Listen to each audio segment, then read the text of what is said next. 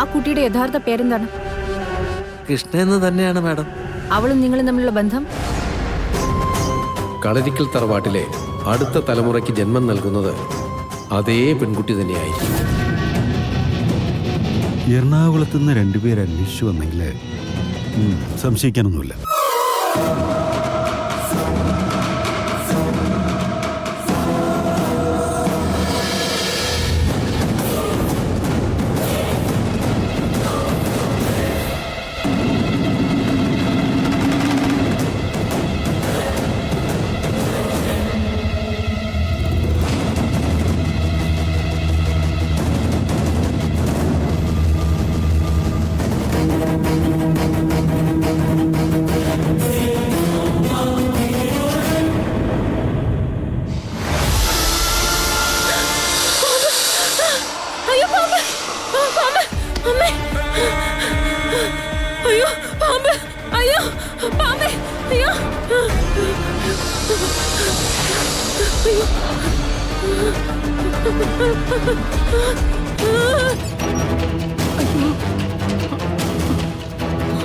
എന്താ അമ്മേ? നിർമ്മലയുടെ കരച്ചിൽ പോലെയാണല്ലോ കേട്ടത്. അമ്മയുടെ മുറിയിൽ നിന്നാണല്ലോ. അമ്മ വന്നേ നോക്കാം.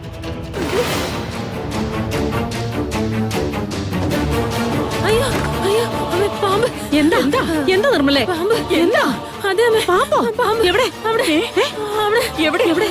അയ്യോ എന്താ എന്താ എന്താ എന്താ നിർമ്മലേ? പാമ്പാ? അമ്മേ അമ്മേ സൂക്ഷിച്ചു പോ അമ്മേ.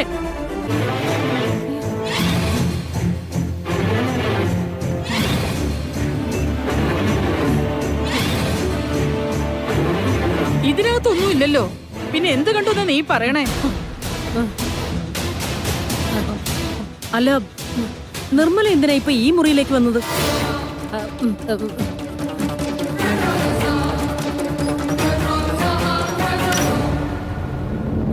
നിന്നോട് ചോദിച്ചത് കേട്ടില്ലേ? ഞാൻ അവിടെ ഇരിപ്പുണ്ടായിരുന്നല്ലോ. എന്നെ ഒന്ന് വിളിക്കുക പോലും ചെയ്യാതെ നീ ഇതിന്റെ ഉള്ളിൽ എന്തിനാ വന്നേന്ന്? അത് ഞാൻ അത് ഉദയത്തിന്റെ വീട്ടിലൊരു ഫംഗ്ഷന് പോണായിരുന്നു. അപ്പൊ പാരമ്പര്യമായിട്ട് കാത്തു സൂക്ഷിച്ചിരിക്കുന്ന ആഭരണങ്ങളുണ്ടല്ലോ, അതിലേതെങ്കിലും ഒന്ന് എടുക്കാന്ന് കരുതിയിട്ട് വന്നതാ. ഉദയന്റെ വീട്ടിൽ എന്താ ഫംഗ്ഷൻ?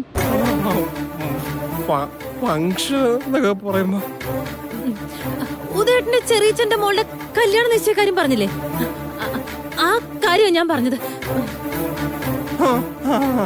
അതായിരുന്നല്ലേ? പക്ഷെ അതിന് ഇനിയും ദിവസങ്ങളുണ്ടല്ലോ നിർമ്മലേ. അത് അതെ, പക്ഷേ ആഭരണങ്ങൾ നേരത്തെ നോക്കി വെക്കാന്ന് കരുതി. അത് നന്നായില്ലല്ലോ നിർമ്മലേ. അമ്മയോട് ചോദിച്ചാ അമ്മ അതെല്ലാം എടുത്തു തരില്ലേ? പിന്നെ എന്തിനാ ഇത്ര രഹസ്യമായിട്ട് ഇങ്ങനെയൊക്കെ ചെയ്തേ? ഓ, കളരിക്കൽ തറവാട്ടിലെ പാരമ്പര്യമായിട്ടുള്ള കാര്യങ്ങളെ രഹസ്യമായിട്ട് നോക്കണോ പരസ്യമായിട്ട് നോക്കണോന്ന് ഞാൻ തീരുമാനിച്ചോളാം. അതിനെനിക്ക് സുമിത്രയുടെ ശുപാർശ ആവശ്യമില്ല. നിർത്തടി. കള്ളത്തരം കാണിച്ചതും പോരാഞ്ഞിട്ട് ഇനി നാവിട്ടലിക്കുന്നു. ആ കള്ളത്തരം മനസ്സിലുള്ളത് കൊണ്ടാ കാണാത്തതിനെ കണ്ടു എന്ന് പേടിച്ച് നിനക്ക് അലറി വിളിക്കേണ്ടി വന്നത്. അമ്മ വാ, അമ്മേ പോവാം.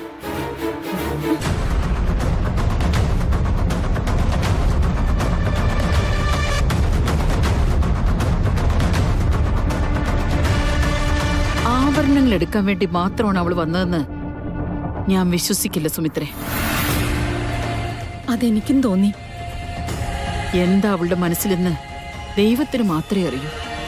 അല്ല, എന്തിനാ അവൾ ഇങ്ങനെയൊക്കെ ആകുന്നേ?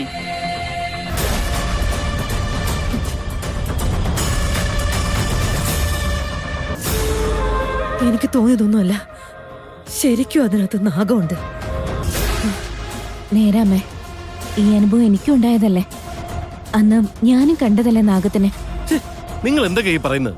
ഈ പട്ടാപ്പകല് തറവാടിനകത്ത് നാഗത്തിനെ കണ്ട് പേടിക്കാന്ന് പറഞ്ഞാ നാണമില്ലേ നിങ്ങൾക്ക്? അങ്ങനെ ഒരെണ്ണം നിങ്ങളുടെ മുന്നിലും വരണം, എങ്കിലേ പഠിക്കൂ. വൈകാതെ അതുണ്ടാകട്ടെ. എന്റെ പൊന്നു നിർമ്മലേ, അമ്മയും മോളും കണ്ട് പേടിച്ചു. ഇനി ഞാനും കൂടി വിഷപ്പാമ്പിനെ കണ്ട് പേടിക്കണം. നിർമ്മലേ, നിനക്ക് വേറെ ഒരു പണിയില്ലേ നിർമ്മലേ? എന്തായാലും ഒരു കാര്യം എനിക്ക് ഉറപ്പായി ഉദേട്ടാ, നമ്മൾ കാണുന്നതിനും അപ്പുറത്ത് നമ്മുടെ തറവാട്ടില് ഒരുപാട് രഹസ്യങ്ങളുണ്ട്. അതോരോന്നോരോന്നായിട്ട് നമ്മൾ കണ്ടെത്തിയേ പറ്റൂ. ജീവൻ വെച്ചിട്ടുള്ള കളിയൊന്നും വേണ്ടമ്മേ.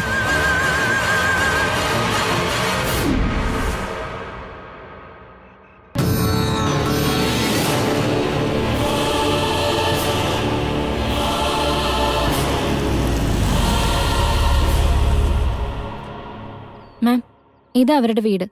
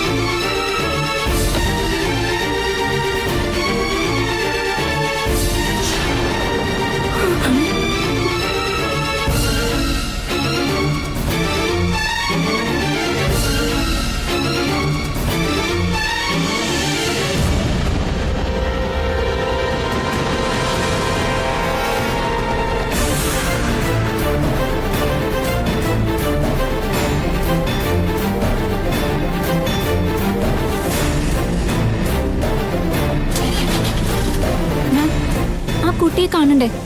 ആ കുട്ടി ഇവിടെ അടുത്ത് തന്നെയുണ്ട്.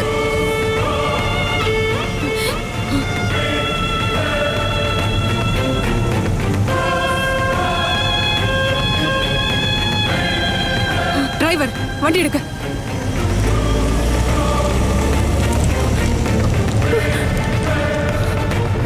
അമ്മേ, അമ്മേ.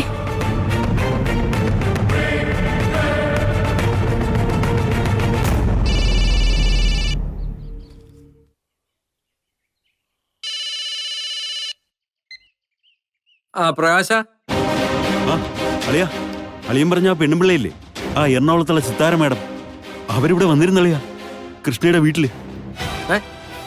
എന്നിട്ട് തങ്കേച്ചിയും അവരും തമ്മിൽ കണ്ടു. പിന്നെ ഒന്നും മിണ്ടാതെ അവരൊരൊറ്റ പോക്കായിരുന്നളിയാ. ആണോ?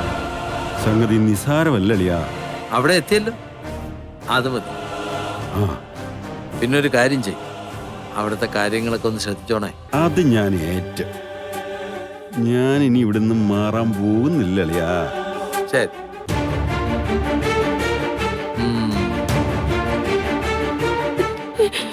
തങ്കേച്ചി, ആരാ തങ്കേച്ചി വന്നേ?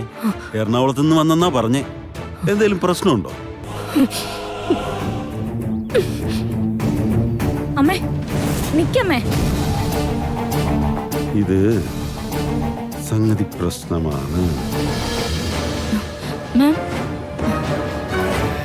എനിക്കിപ്പോഴും വിശ്വസിക്കാനായിട്ടില്ല. ഇത്രയും സാമ്യം.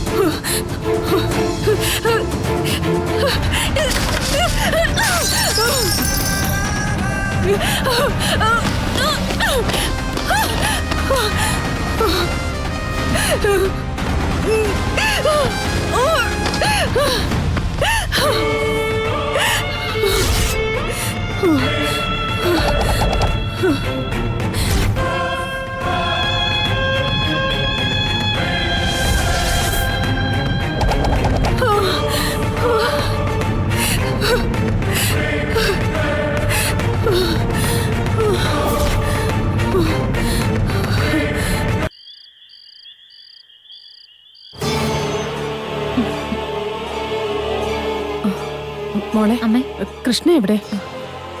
അവള് കുളിക്കാമേ. ഇന്ന് വന്നത് ആരാ അമ്മേ? അവരെ കണ്ടപ്പോ അമ്മ എന്തിനാ പേടിച്ചേ? അവരെന്തോ ഒന്നും മിണ്ടാതെ തിരിച്ചുപോയേ. അവരാരാണെന്ന് എനിക്ക് എങ്ങനെ അറിയാം? അവര് തിരിച്ചുപോയ കാര്യം അവരോടല്ലേ ചോദിക്കണ്ടേ? അമ്മ എന്നോട് നോണയൊന്നും പറയണ്ട. അവരെ കണ്ടപ്പോ അമ്മയുടെ മുഖം ഞാൻ ശ്രദ്ധിച്ചിരുന്നു. എന്തോ ഒരു കുഴപ്പമുണ്ട്. എന്തു കുഴപ്പം? ദേ, വെറുതെ ആവശ്യമില്ലാത്ത ചോദ്യങ്ങളും ചോദിച്ച് എന്റെ അടുത്തേക്ക് വന്നാലുണ്ടല്ലോ. എന്താ രണ്ടുപേരും കൂടി രഹസ്യം പറച്ചില്? എന്ത് രഹസ്യം? ആ കാര്യം എനിക്ക് മനസ്സിലായി. എന്നോട് ഒളിക്കണ്ട. ഞാൻ പറയട്ടെ, നിങ്ങൾ എന്താ പറഞ്ഞോണ്ടിരിക്കുന്നേന്ന്? എന്ത്? ചക്കുളത്ത് കാവില് പോയിട്ട് വഴിപാട് ചെയ്യുന്ന കാര്യല്ലേ? കൃഷ്ണയോട് പറഞ്ഞ കാശി ചെലവാവെന്ന് പറഞ്ഞ് അവള് പോവില്ലെന്ന് പറഞ്ഞു കാണും അല്ലേ? അത് തന്നെ പറഞ്ഞോണ്ടിരുന്നേ. ഇനി എന്റെ അമ്മയുടെ കാര്യങ്ങൾ കഴിഞ്ഞിട്ടേ ഉള്ളൂ എന്ത് വഴിപാടും.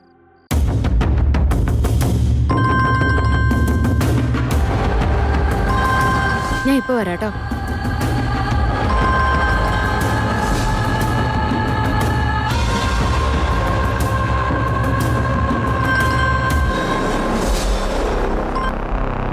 ഹലോ സുനന്ദേച്ചി. ആ കൃഷ്ണേ, അമ്മയുടെ കാര്യം എന്തായി? ഡോക്ടറെ പോയി കണ്ടു. ഓപ്പറേഷൻ പെട്ടെന്ന് തന്നെ വേണം. കാശിനി കുറച്ചും കൂടി ഒക്കാനുണ്ടേ. അതിന്റെ ഒരു അന്വേഷണത്തിലാ. അതൊക്കെ ശരിയാവും. ഗോപാലേട്ടനെ കൊണ്ട് ആവും വിധം എല്ലാം നോക്കുന്നുണ്ട്. ആ മാഡം വന്നതും ഞങ്ങൾ തമ്മിൽ കണ്ടതുമൊന്നും കൃഷ്ണയോട് നീ പറയരുത്. ശരിക്കും അവരാരാ അമ്മേ? മുമ്പ് മാഡത്തിന്റെ വീട്ടിൽ ഞാൻ ജോലിക്ക് നിന്നിരുന്നു. ഒരു ജോലിക്കാരിയായിട്ടല്ല മാഡം എന്നെ കണ്ടിരുന്നത്, കൂട്ടുകാരെ പോലായിരുന്നു. മാഡം പോകുന്ന എല്ലാ സ്ഥലത്തും എന്നെയും കൊണ്ടു നടക്കും. മാഡത്തിന് എന്ത് വാങ്ങിച്ചാലും അതുപോലെ എനിക്കും വാങ്ങിക്കും. എന്നിട്ട് പിന്നെ എങ്ങനെയൊക്കെയോ തെറ്റിദ്ധാരണകൾ വന്നു. ചുറ്റും നിൽക്കുന്ന ആൾക്കാർക്ക് സഹിക്കില്ലല്ലോ ഒരു വേലക്കാരി ഇങ്ങനെ കൊണ്ടു നടക്കുന്നത് കാണുമ്പോൾ.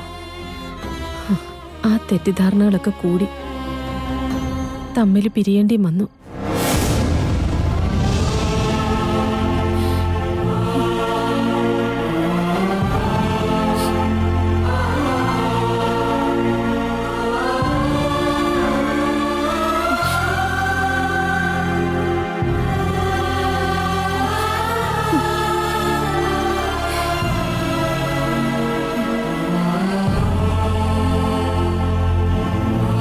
ശാന്തി, അതായിരുന്നു അവളുടെ പേര്.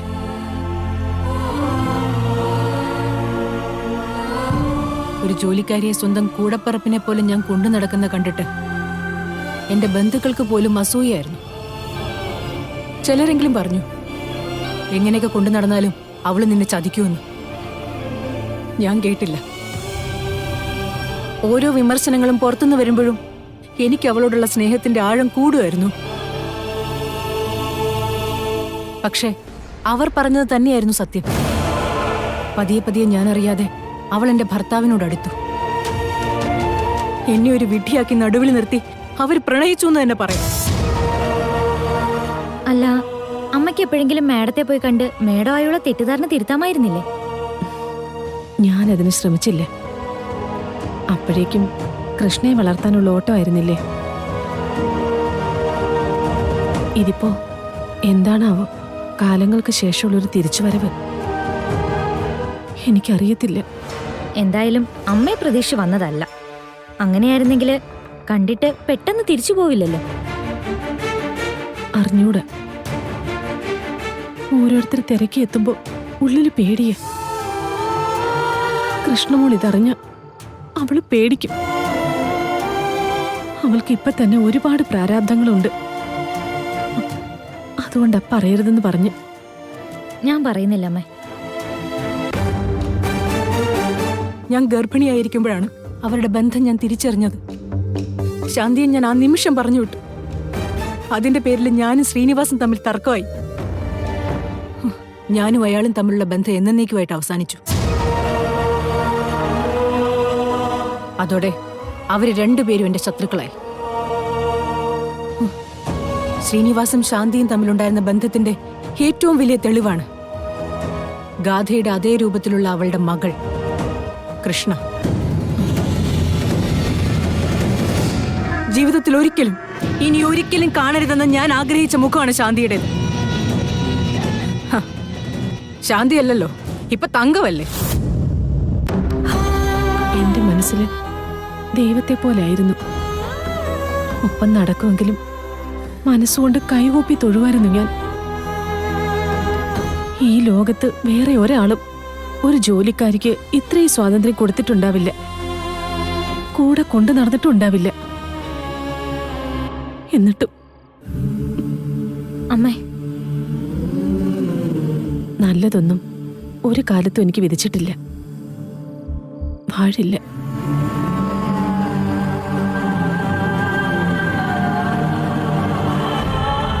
സിനി, നീ പോലും പലപ്പോഴും എന്നോട് ചോദിച്ചിട്ടില്ലേ മാഡത്തിന്റെ ഈ മനക്കട്ടിയുടെ കാരണം എന്താന്ന്? ഓഫീസിലുള്ള എല്ലാവരും അടക്കം പറയാറില്ലേ? ഉരുക്കു വനിതെന്നുള്ള വിളിപ്പേര് തന്നിട്ടില്ലേ? അതങ്ങനെയൊക്കെ ആയതിന് കാരണം ആ രണ്ടുപേര് മാത്ര.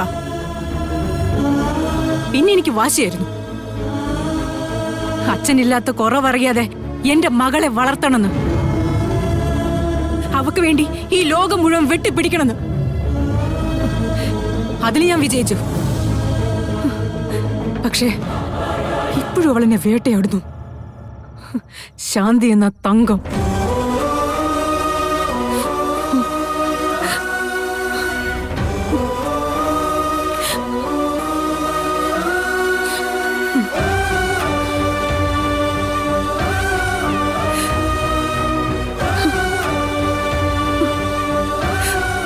ഒരുപാട് ക്ഷമിച്ചതാ ഞാൻ, ഒരുപാട് വിട്ടുവീഴ്ച ചെയ്തതാ. പക്ഷെ ഇനി അതുണ്ടാവില്ല.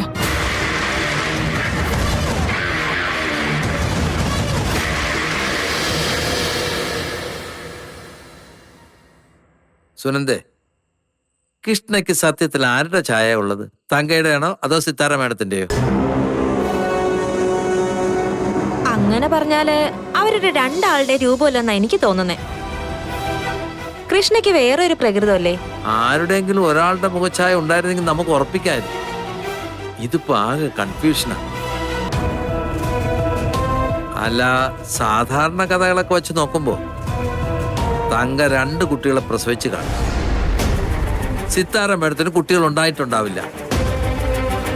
അപ്പൊ ഒരു കുഞ്ഞിനെ തങ്കയുടെ അടുത്തുനിന്ന് സിത്താര മേഡം വാങ്ങി കാശും കൊടുത്തു.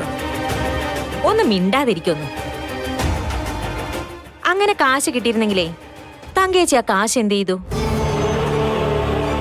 ഇത്ര ദാരിദ്ര്യത്തിൽ അവര് കിടക്കോ? അതും ശരിയാണെന്ന്. തങ്കേച്ചിയും സിത്താര മേഡവും ഒരുമിച്ചായിരുന്നുവെന്ന് ആ ഫോട്ടോ കണ്ടറിയാലോ. കൃഷ്ണയുടെ ഫോട്ടോ കണ്ടപ്പോ തന്നെ സിത്താര മേഡം അവളെ പറ്റി അന്വേഷിക്കുകയും ചെയ്തു. അതിനർത്ഥം എന്താ? കുട്ടികള് സിത്താര മേഡത്തിന്റെ തന്നെ.